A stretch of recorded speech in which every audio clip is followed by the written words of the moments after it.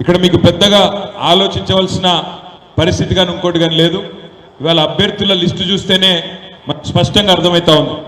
ఒకవైపేమో బ్రహ్మాండంగా మీలాగా కష్టపడి రైతు కుటుంబం నుంచి వచ్చి చదువుకొని గోల్డ్ మెడల్ సంపాదించిన తమ్ముడు, ఇంజనీరింగ్ చదివిన తమ్ముడు ఒకవైపు ఉన్నాడు.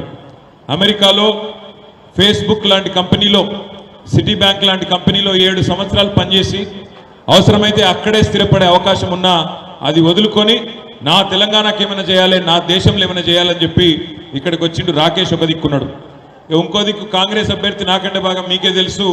తెల్లారి లేస్తే బూతులు మాట్లాడడం, తెల్లారి లేస్తే కేవలం పెద్దవాళ్ళని తిడితే పెద్దవాళ్ళని అయిపోతానని విధంగా ఎవరుంటే వాళ్ళను నోటికొచ్చినట్టు తిట్టడం, బెదిరించడం, బ్లాక్మెయిల్ చేయడం.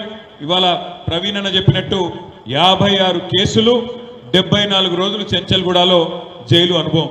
ఇది కాంగ్రెస్ పార్టీ యొక్క గొప్ప అభ్యర్థి యొక్క గుణగణాలు. అందుకే దయచేసి ఆలోచించండి, పట్టభద్రులు ఎవరికి పట్టం కట్టాలి? మరి ఒక విద్యావంతుడికి పట్టం కడతారా, ఒక బ్లాక్ మెయిలర్కు, చీటర్కు పట్టం కడతారా? దయచేసి మీరు ఆలోచించాలని నా ప్రార్థన.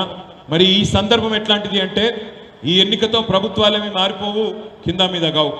కానీ ప్రభుత్వం ఇచ్చిన ప్రతి మాటను అక్కడ తప్పకుండా శాసన మండలిలో, శాసనసభలో అడిగేటోళ్ళు ఉండాలి, ప్రజల తరపున కడిగి పారేసేటోళ్ళు ఉండాలి.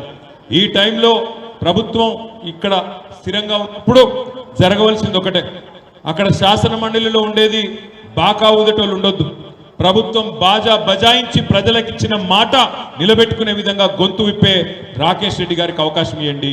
ప్రభుత్వాన్ని ప్రశ్నించేటోళ్ళు కావాలి, నిలదీసేటోళ్ళు కావాలి. నిన్న కేబినెట్ నిర్ణయం తీసుకున్నది. ఏమంటున్నది కేబినెట్?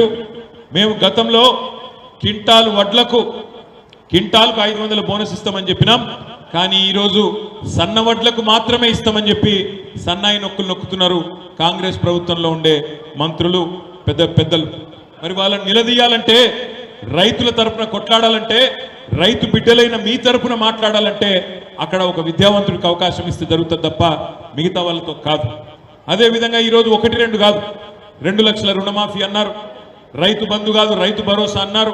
చెప్పుకుంటూ పోతే 420 హామీలు, 6 గ్యారెంటీలు. అయినా ప్రభుత్వం సిగ్గు లేకుండా మాట్లాడుతున్నది. 6 గ్యారెంటీల్లో 5 అయిపోయినాయి, మిగతా ఏమీ అవసరం లేదు అన్నట్టుగానే మాట్లాడే ప్రయత్నం చేస్తూ ఉన్నది. మరి మీరు ప్రతిపక్షంగా ఉన్న మాకు బలమిస్తే, ప్రతిపక్షంలో ఉన్న మాకు మీరు గట్టిగా ఈ ఎన్నికల్లో ఆశీర్వాదం ఇస్తే ప్రభుత్వాన్ని నిలదీసే అవకాశం మాకుంటుంది. దయచేసి ఆలోచించండి. ఈ గ్రాడ్యుయేట్ ఎమ్మెల్సీ ఎన్నికల్లో 4,70,000 మంది గ్రాడ్యుయేట్లు 3 జిల్లాల పరిధిలో, 34 నియోజకవర్గాల పరిధిలో ఓటేయబోతా ఉన్నారు. ఎవరికి ఓటేద్దాం? మొన్ననే అరిచేతిలో వైకుంఠం చూపెట్టి అన్ని వర్గాల ప్రజలను మోసం చేసిన వాళ్ళకు ఓటేద్దామా, లేదా 10 ఏళ్ల పాటు నిజాయితీగా పనిచేసినా మరి కొన్ని కారణాల వల్ల స్వల్ప తేడాతో ఓడిపోయిన కేసీఆర్ గారి అభ్యర్థి ఓటేద్దామా? ఆలోచించండి.